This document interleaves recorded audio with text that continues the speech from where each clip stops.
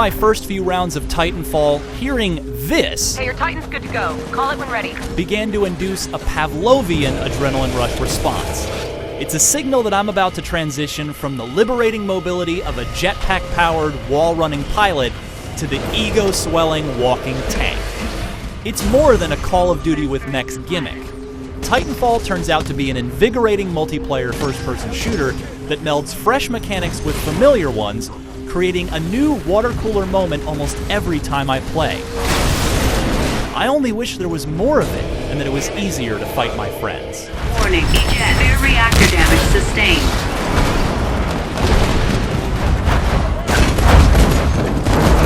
Nice moves. Now finish the job. Unlike a Call of Duty or Battlefield game, Titanfall is purely focused on its excellent 6-on-6 multiplayer. There's a laudable attempt to infuse a two-sided campaign into the multiplayer as NPC faction commanders give context to the goals and game modes of specific battlegrounds. Having played through it on both sides, though, I couldn't even tell you what it's about, other than that the IMC and militia factions are at war. Trying to stay alive in a brawl with human-controlled bad guys is too distracting, and without controllable breaks in the fighting, most of the story is reduced to background noise. Now let's go kick some ass. One of Titanfall's biggest successes is its keen balancing act. Somehow, as empowering as it is to play as Goliath, David still has more than a fighting chance. Use the cloak or stim ability to sneak or speed your way up to a Titan safely, then hop up on its shoulder, pop the top off its nerve center, and make him pay. In fact, as tense as a Titan versus Titan showdown can be, darting into that fray as a squishy mortal can be an intoxicating mix of stupidity and genius.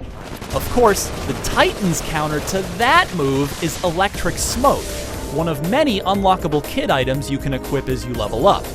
It serves as both a visibility-killing distraction and also a pilot bug zapper that shakes off any foes who rodeo your Titan. Warning, hostile pilot detected on board. Each of the three archetypal Titan varieties feels different and has its situational usefulness. If you prefer to go toe-to-toe, equip the beefy Ogre with the triple threat grenade launcher, kit it out with the particle wall force field, and you'll pack a devastating punch. But if you do, the nimble, dash-happy Strider can actually run circles around you, peppering you with chain gun fire as it goes. I came to prefer one extreme Titan or the other, with the middle-of-the-road Atlas being a solid jack-of-all-trades pick. Notice a theme here? Once again, it's balance. Titanfall's weapons, abilities, and gameplay systems all play together very nicely. Every action has a counteraction, and every weapon and ability a strategic use. The auto-targeting Smart Pistol, for instance, is my favorite sidearm since the Halo 1 pistol, but its relatively limited range and need to get a 3 to 5 second lock-on leaves you vulnerable to counterattack and keeps it from feeling cheap. Besides its balance, map variety is what will give Titanfall its legs. The 15 battlefields range in quality from very good to great. The deserty Boneyard falls into the former category.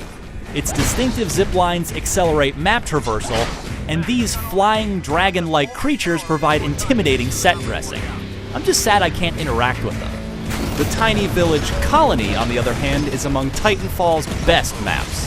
Its tightly packed houses make rooftop fights an experience wholly unlike the action happening on the ground.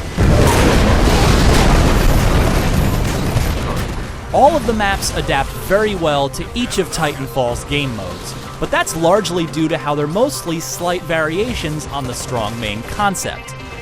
Last Titan Standing issues everyone a Titan from the get-go and makes teamwork and flanking strategies essential, while the threat of Titans carrying the flag crowns CTF as an especially appealing team exercise. Attrition is point-based team deathmatch, while hardpoint domination is like Battlefield's Conquest mode, where you capture specific points on the map. And then there's Pilot Hunter, which is identical to Attrition except that your team only earns points for killing pilots. And that's it. Titanfall is going to need some new, spicier game modes stat. Its far graver online sin, especially considering its online-only focus, is its lack of private matches. Despite the fact that Halo 2 wrote the blueprint for this a decade ago, Titanfall does not allow 12 friends to gather in a lobby and play together on the game type, map, and options of their choosing.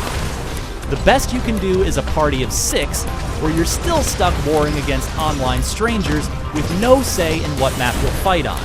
This is unforgivable in a modern multiplayer shooter, particularly one that's exclusively team-oriented.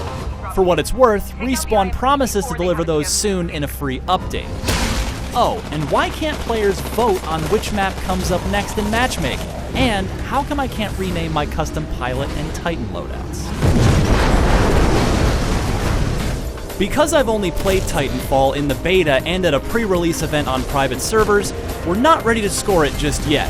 Not until we see how it fares under real-world conditions. Make sure to check back in the next couple of days to see our final score and impressions. In the meantime, I can say that while Titanfall is somewhat regrettably a bare-bones game in terms of modes and customization features available at launch, its intense action makes it almost as exciting to watch a friend play as it is to pick up the controller yourself. Though it's surprisingly lacking many accoutrements we've come to expect in a multiplayer shooter, it nevertheless unites its elements in a cohesive, approachable way. Titanfall earns a seat at the table with the genre's entrenched powerhouses. For more on all things Titanfall, you're already in the right place. IGN. All units be advised. We're slightly ahead of the insurgents.